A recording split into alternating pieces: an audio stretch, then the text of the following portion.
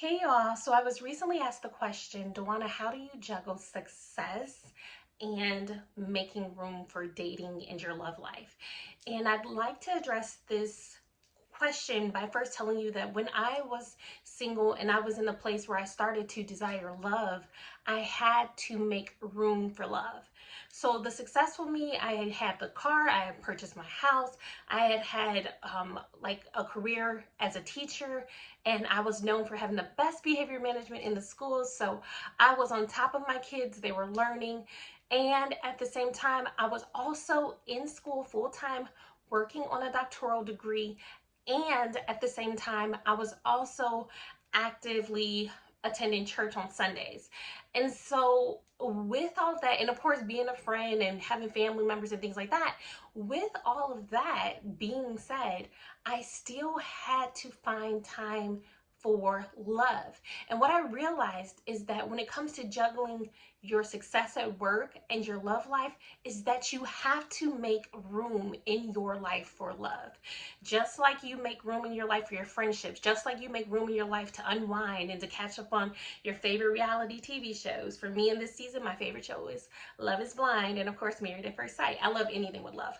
And so just like you find the time to catch up with those shows and catch up with those friends and to catch up with family members, you have to create space in your life for a man to be able to enter into, in a space where he can feel. You know what I'm saying? And so you have to create a space where, okay, this is going to be time for dating. You literally have to take time and date like it's a part-time job. Some would even say like it's a full-time job. You have to make room for it and you have to prioritize it. And the reason that I say you prioritize it is because as you do this and as you make room for love, you're going to be setting yourself up also for success with your marriage and your family life in the future. Because I meet so many women who are just like, well, I don't have the time to date in singleness, but I want to get married.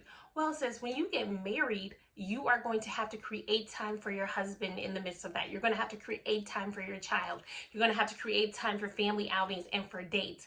And so just see it as preparation even for marriage, when you will have to still take out time for all of those things that I mentioned, on top of any domestic things that you would like to do, such as cooking meals for your husband or whatever is your thing.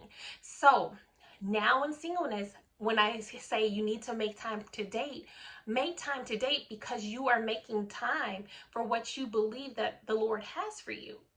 If you can't afford to make time to date now, how do you think you're going to juggle a marriage? How do you think you're going to juggle the roles of a family? How do you think you're going to juggle that new baby?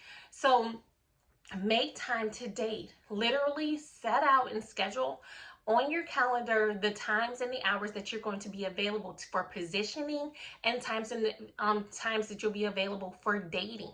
You need to know when you're available to date, when you're available to position, and you need to prioritize those things. So what does that mean? That means that when it's your time to be positioning yourself, you're not letting random other things come up and you're like, well, I'll just do that instead. Like, no, if you said that you were going to go to a singles event, then you attend that singles event. You don't just, let somebody pull you off of what you committed to do, because no, this is a priority.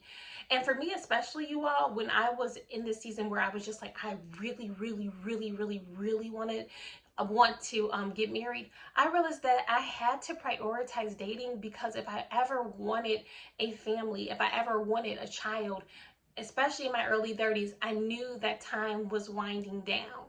And so for me, taking the lackadaisical approach, for me just being passive, for me continuing to do what I had already done for 15 years, which was just waiting, which was the Bible studies, which I love the Bible, I read it every day, which was just, just waiting on God and haphazardly attending an event here and there.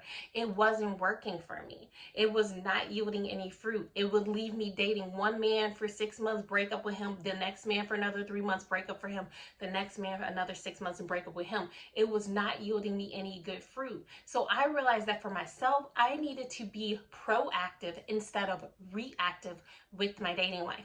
I needed to make time to date. So I scheduled time where I was going to position myself.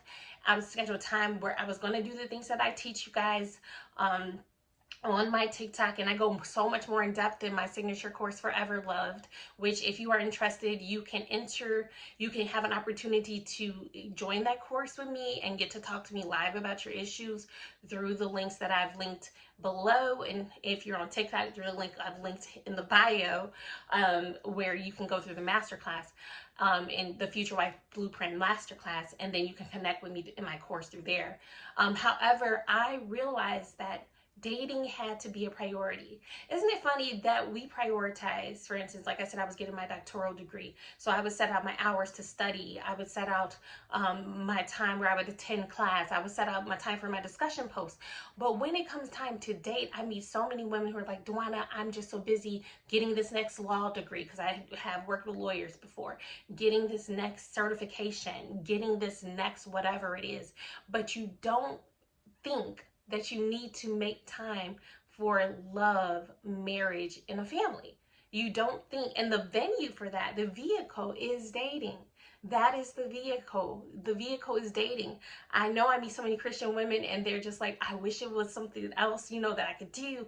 Maybe he'll land on my doorstep, And like, sis, listen, nobody wanted the doorstep love story more than me, okay? I wanted the doorstep love story, and actually I wanted the Barnes and Noble book love story where we met in a bookstore, our hands touched at the same time, and I was just in my daily routine, and he just touched my fingers at the same time, and we just, wow, like love music was playing and we fell in love. Like, I wanted that, but that was not the path that God had for me. So with the success that I had prioritized, because I was and am the firstborn, the oldest daughter, and that's who I work with as well, independent, like single, and I work with women who are like, maybe you're natural born leaders, maybe you're older and independent, maybe you are an only child, maybe you were just always told to shoulder everything yourself, and now you're in this place where, like, I didn't learn the natural skills that like my sister had, where she just was able to just get married out of high school and that was her boo. No, I was taught to be driven and go for what I wanted. And so with that, I landed up successful, but I was single, and I was single by default. It was not like I wanted to be single. Do you guys understand what I'm saying? If you do, go ahead and comment below, leave me a comment. I was single by default. It was not my choice. I was emptying the trash by default. I was doing all the single woman things by default. I knew within my heart that I desired to be a wife. So although I wanted to be successful, it just took me making time for my success and making time for my love. And here's the thing, when you get really good about time management, you can set yourself up to make sure you're still working on those things that you need to do and that your love life is still advancing as well. I saw a post on Instagram the other day and they were like, what advice would you give to someone in their 20s? And this is what advice I would give to someone in their 20s, and even right now, because you are the youngest you will ever be right now. What I would tell you is to prioritize your love life and your success, because you don't want to look up and in 10, 20, 30 years, you're still in the same place because you're haphazardly throwing things at the wall and hoping it sticks, instead of making time for dating or getting assistance through coaching along the way to move forward and to make progress in your dating life. So I just want to encourage you, if you really desire love, you can have success and love at the same time. You don't have to choose one or the other. You get to be great. You get to, as you date, meet men who are not intimidated by your success. You get to do all of those things at the same time. I feel like a lot of times we're like, we can have either or. I can be in love, or I have to give up, my next credential, my next certification, my next degree. No, I dated, I was engaged, I got married, and I was pursuing my doctoral degree at the same time. I had doctoral assignments on my honeymoon, doctoral assignments as I'm having a new baby. So I got to have both.